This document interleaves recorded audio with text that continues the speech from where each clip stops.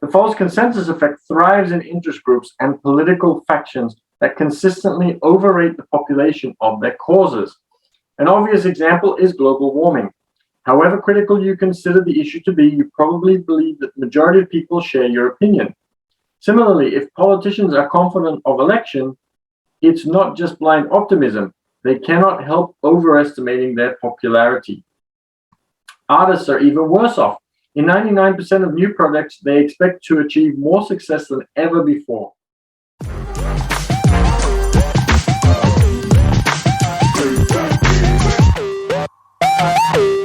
Good morning, everybody. Hope everybody's having a great day.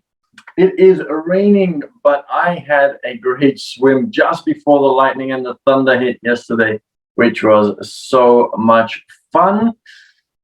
It is Friday. Hopefully you've had a really productive week and gotten a lot of really amazing things done. I know I definitely did. And one of my favorite parts was obviously my reading in the mornings.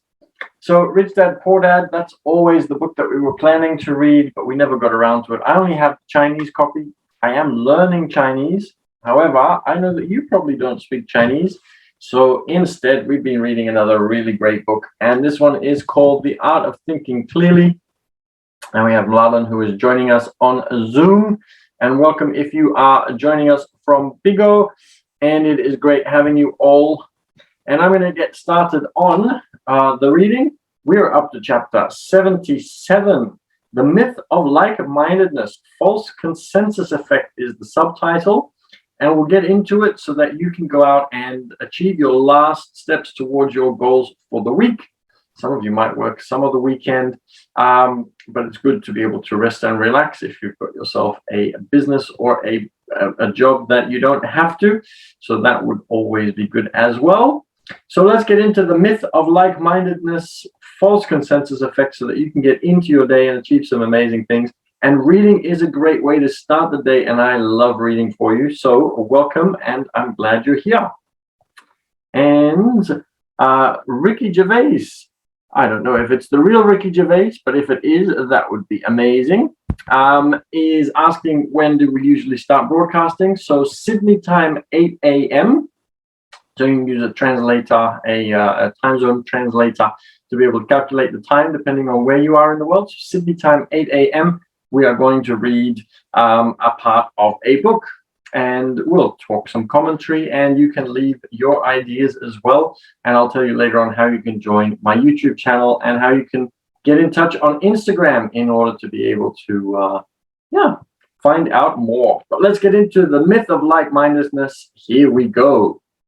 Which do you prefer? Music from the 1960s or music from the 1980s? How do you think the general public would answer this question? Most people tend to extrapolate their preferences onto others. If they love the 1960s, they will automatically assume that the majority of their peers do too. The same goes for 1980s aficionados. We frequently overestimate unanimity with others, believing that everyone else thinks and feels exactly like we do.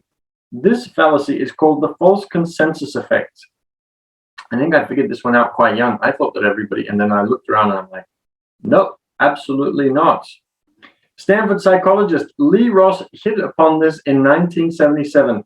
He fastened a sandwich board emblazoned with the slogan, "Eat at Joe's," and asked randomly selected students to wear it around campus for 30 minutes. They also had to estimate how many other students would put themselves forward for the task. Those who declared themselves willing to wear the sign assumed that the majority, 62%, would also agree to it. On the other hand, those who politely refused believed that most people, 67%, would find it too stupid to undertake. In both cases, the students imagined themselves to be in the popular majority. The false consensus effect thrives in interest groups and political factions that consistently overrate the population of their causes. An obvious example is global warming.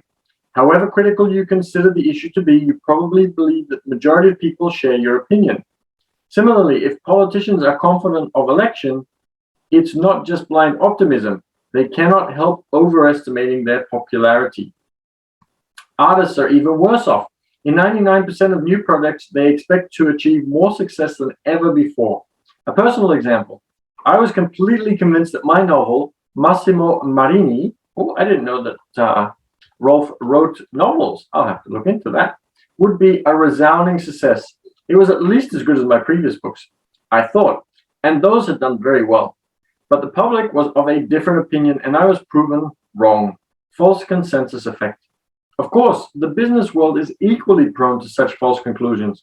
Just because an R&D department, a research and development department, is convinced of its product's appeal doesn't mean consumers will think the same way. And remember, we already had a talk about the fact that there is something called co-creation that you can use in order to be able to actually create products together with the potential client so that they are going to be on board with the product rather than it's just my idea and I'm hoping that it is the product that the majority of the people want to buy.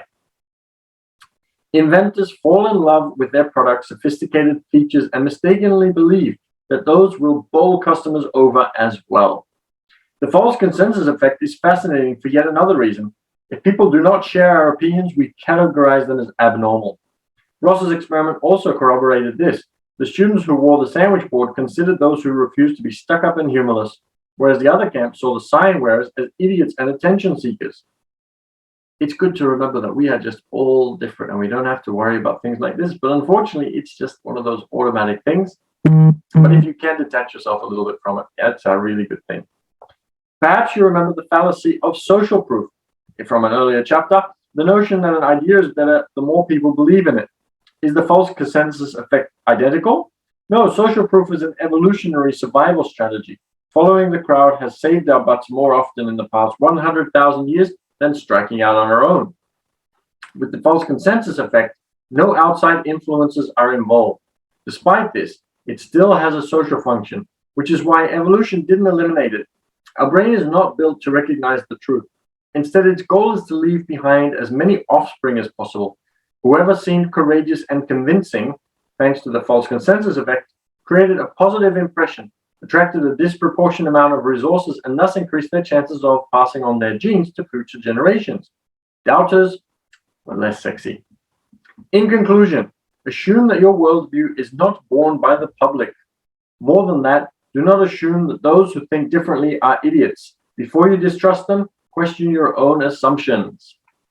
That is a really good chapter, and I was very lucky because as a child, I was always a little bit different. I was probably, in that case, maybe one of the less sexy ones, but it's allowed me to be able to see that there are a lot of things that are not what the public would want that I would want. And so it's been very helpful in my business to make sure that I don't just create products that I think people are going to love. In the past, I have done this, and surprise, surprise, people did not necessarily love what I loved. And my group is somewhat of a very niche group as opposed to a big majority of the people that love the things that I love. So I've had to adapt that, and that's been extremely powerful. So keep that in mind. It is a great thing to keep in mind. And you can also use this in your investing, and it allows you to separate yourself off a little bit from the herd, just doing what everybody else does. It doesn't necessarily mean that it's right. It doesn't necessarily mean that what the majority believes or thinks or does is necessarily right or moral or correct or what you should also be doing. If you can separate yourself off from that and really focus on what do I stand for? What do I want to do? Then you can tread your own path, and we don't have to worry about not following the herd and getting killed by lions anymore. So we don't have to worry about that. So that is that's completely okay. So I think that it is good if you can practice separating yourself off and having a look at what you believe in and figuring out and not really paying attention to the fact that other people may not be thinking the same thing. So that was chapter 77. Tomorrow is chapter, not tomorrow, I just realized it is Friday. So on Monday, we'll be reading chapter 78. You were right all along. Falsification of history. That's going to be a very interesting one. I think that will really ruffle some feathers. So I hope you can join for that one. If you'd like to see me reading more of these chapters and get my commentary and also leave your comments, you can do that on YouTube. And you can find me there at the Passive Cashflow Club. So YouTube, the Passive Cash Flow Club, I would love to see you there. I'd love your commentary so that we can have a chat and a discussion about some of the things that we've already spoken about and what your thoughts are, and whether you also agree with my commentary or whether you think something slightly different. And I'm very open to that. So I've definitely used the Art of Thinking Clearly to help me out with that one. If you'd like to see what I'm up to and get to know me and reach out on Instagram, you can do that at business_team_the number 6_official, and you will find me there. You can direct message me. You can see what I'm up to and see photos and other things that I am posting. I'm going to quickly also say thank you to Paul, who has sent lots of little hearts. And there's a couple more things that have been sent through, and I appreciate that. Jake Omar sent a little, looks like a little prize, like a little trophy or something. Thank you, very nice. And I think it was Ricky Gervais, who also asked me whether I like traveling. And yes, I do. I've done a lot of traveling, and I'm looking forward to getting back into it when I can. And simply communicate. If you're still here, thank you for joining as well. And everybody, thank you for joining. Mladen, who was on Zoom, you can also join on Zoom. I've asked my VA to also put the details into the YouTube and everywhere else on all of my socials, so that you can also find us and watch on Zoom. I'm going to leave you to have an amazing day. It's the last day of the week to really take another big step towards your goals. You don't have to achieve it all in one day, but every day a small little step. And the reading is obviously a great way to start the day to get that momentum rolling. So I'm looking forward to seeing you again on Monday, where I'll help you get that momentum rolling, and maybe we'll find another way of helping you to think more clearly. So have a great weekend, and I'll see you all on Monday. Thanks for joining.